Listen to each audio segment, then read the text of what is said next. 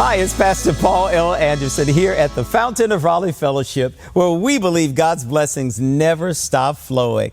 Oh, it is Worshipful Wednesday. I tell you, every week, throw your hands up in the air like you know that you are giving God the praise that He is due. I'm lifting my hands right now. I'm at the peak of my praise because I'm right in the middle of the week. God is doing great and marvelous things. I'm just waiting to see what He's going to do next. I don't know about you, but God just blows my mind. He does stuff that I never would have envisioned. That's because my thoughts are not His thoughts. My ways are not His ways. As high as the heaven is above the earth, so high are His ways above mine. Today, I invite you to call your attention to look with me at Luke, the 16th chapter, verses 19 through 31 from the New Living Translation. This is a parable about a rich man and Lazarus. Jesus tells a story about a rich man who was clothed so well that he wore the finest garments that were around. And at his gate every day was a poor man named Lazarus who was covered with sores. And as Lazarus lay there every day, he only longed for the scraps that fell from the rich man's table. The dogs would come and lick his sores that were open. But finally, the poor man died and was carried by the angels into the place beside Abraham at a banquet table. This is the place that we call Abraham's bosom. It is that place that in ancient Israel and days gone by, they thought it was the place where the righteous went. That was before they knew about the resurrection of Jesus and how He gives us a very great place to live. The rich man also died, and the rich man was buried, and he was taken to the place of the dead. And it was there that Abraham saw him, and he was a far distance from Lazarus.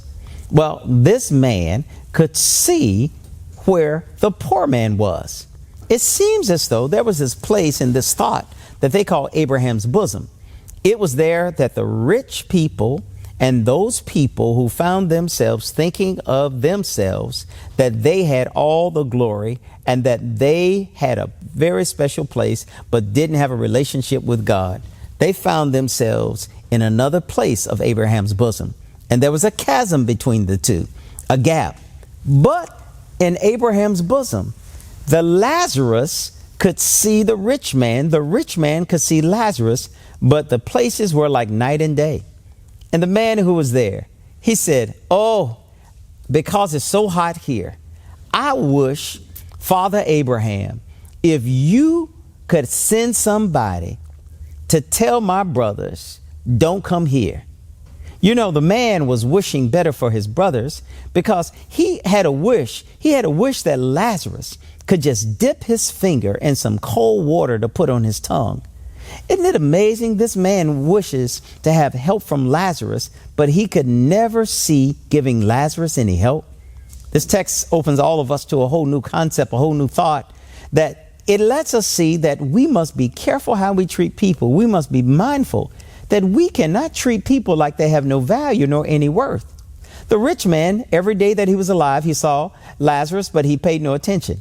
Everybody knew who he was, but this man loved his brothers. He said, "Can you send somebody back to warn them?"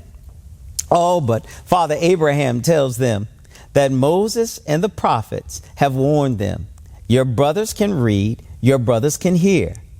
He says, "No, Father Abraham, but if someone who had come from the dead, tell them about where this place is, they will repent."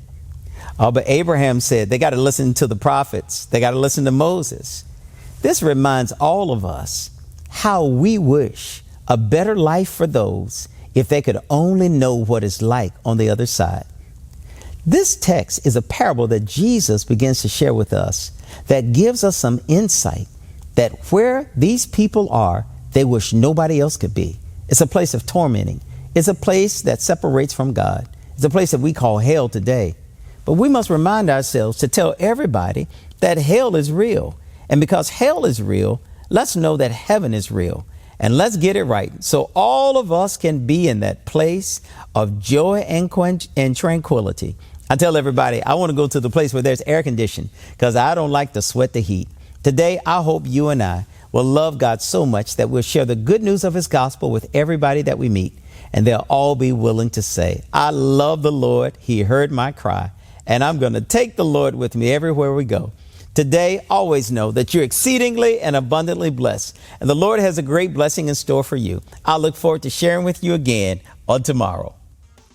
To sow a seed to the Fountain of Raleigh Fellowship, visit our newly redesigned website, thefountainofraleigh.org, and select Sow a Seed from the homepage. Also, giving has been made easier with the new Fountain of Raleigh app, available now in the Apple App Store and Google Play Store. Download today, select Giving from the main menu, and then follow the directions to complete your giving through Subsplash. Thank you so very much for all of your gifts and donations that you've given to the Fountain of Raleigh Fellowship.